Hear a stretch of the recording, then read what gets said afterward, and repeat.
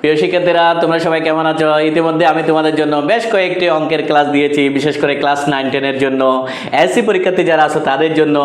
আজকে আমি তোমাদের সেট ও ফাংশন থেকে 2.1 এর এই টাইপের কতগুলো অঙ্ক আসতে পারে অথবা এমসিকিউ আসতে পারে, সেটা কত সহজে তোমরা খুব সুন্দর করে আনসার দিতে পারো, সেজন্য সর্বপ্রথম আমার কাছ থেকে খুব সুন্দর এবং খুব মনোরমপূর্ণ একটা গল্প শুনে নাও। দেখো, এক ঈদে তোমার আপুর হাজবেন্ড তোমার বাসায় বেড়াতে আসছে।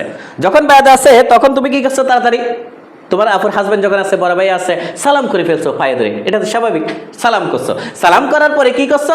কি আশা করতেছো বলো তো? তোমরা যেটা ভাবতেছো আমিও সেটা ভাবতেছি, কোনো ডিফারেন্স নেই। তোমরা কি আশা করতেছো? সালামই আশা করতেছো। তোমার আপুর হাজবেন্ড থেকে কি পাবে? এখন সালামই পাবে, যেহেতু ঈদের দিন অবশ্যই পাবে।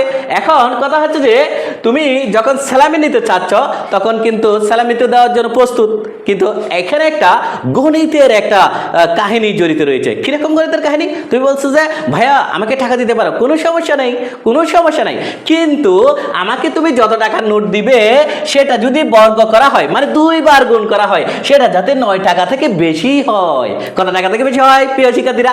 9 টাকা থেকে বেশি হয়। তার মানে তোমাকে 1 টাকার নোট দিলে তুমি নিবে না, কারণ 1 যদি 2 বার গুণ করি কত হয়? 1 2 বার গুণ করলে কত হয় প্রিয় শিক্ষার্থীরা? 1 হয়। তার মানে তুমি 1 টাকা নিবে না। এরপরে কি আছে? যদি 2 টাকার নোট দেয় তোমার ভাইয়া, তাহলে তুমি কি করবে? 2 × 4, যেটা 9 টাকা থেকে বড় হলো না, তাহলে এই টাকাটাও তুমি নিবে না। এরপরে তোমাকে যদি 3 টাকার নোট দেওয়া হয়, তাহলে 3 তারিখে কত হয়? 9, যেটা 9 টাকা থেকে বড় হয় নাই, 9 এর সমান সমান হয়ে গেছে। যে কিন্তু তুমি সত্য কি দিয়েছিলে তোমার ভাইয়াকে? তুমি 9 টাকা থেকে বেশি নিবা। তাহলে তুমি কত টাকা নিবা? 4 টাকা নিবা। ঠিক আছে? কেন 4 টাকা নোট নিবা? কারণ 4 স্কোয়ার মানে হচ্ছে যে 4 4 16, যেটা 9 থেকে বড়, তাহলে এই টাকাটা তুমি নিবা, 4 টাকাটা নিবা।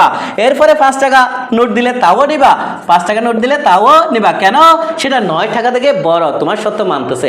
এখন এই তোমার ভাইয়াটা কত টাকাই বা তোমার জন্য নিয়েছে, তোমাকে কি একজনকে শুধু বকশিশ করলে হবে? তোমাকে একজনকে সালামি দিলে হবে? আর যারা আছে ওদেরকে দিতে হবে না? অবশ্যই দিতে হবে।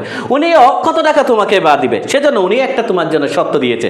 কি সত্য দিয়েছে দেখো? বলছে ঠিক আছে ছোট ভাই, হ্যাঁ আমি তোমাকে কি করব, টাকা দিব, কোনো সমস্যা নাই, কিন্তু আমারও একটা সত্য আছে। সেই সত্যটা হচ্ছে তোমাকে যে টাকাটা দিব সেটাকে যদি 2 বার গুণ করো তাহলে 9 টাকা থেকে বেশি হবে, এটা আমার কোনো আপত্তি নেই। কিন্তু আমার সত্যটা হচ্ছে যে সে টাকাটাকে যদি 3 বার গুণ করা হয়, কয়বার প্রিয় শিক্ষার্থীরা?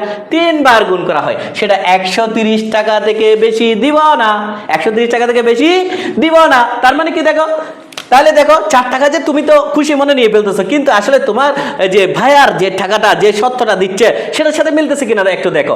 যে 4 টাকাটাকে যদি 3 বার গুণ করা হয় 66, তাহলে এটা কিন্তু 130 টাকা থেকে কম আছে। তাহলে এই টাকাটা তুমি পাচ্ছ, নিশ্চিত তুমি পাচ্ছ 4 টাকাটা, কারণ তোমার সত্য আর তোমার ভাইয়ার সত্য দুটোটাই মিলে গেল, তাহলে তুমি পাবে।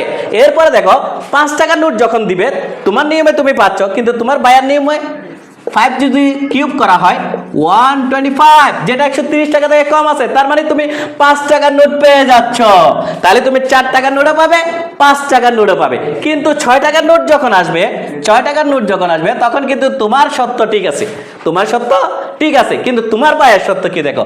6কে যখন কিউব করা হয় 216 টাকা, কিন্তু উনি সত্য দিয়েছিল তুমি যদি যে টাকাটা চাচ্ছ সেটা আমি দিব, কিন্তু 3 বার গুণ করার পর সেটা যদি 130 টাকা থেকে বেশি হয়ে যায় তাহলে সেটা আমি দিব না। তার মানে 6 টাকার নোট দিবে না, 6 টাকার নোট দিবে না। তাহলে তুমি কত টাকার নোট পাচ্ছ বকশিশ? আমাদেরকে খুব দ্রুত কমেন্টে জানাই দাও, তুমি কত টাকার নোট পাচ্ছ? 4 টাকা 5 টাকা, 4 টাকা 5 টাকা। তাহলে আমাদের উত্তর হচ্ছে 4 এবং 5। ধন্যবাদ সবাইকে।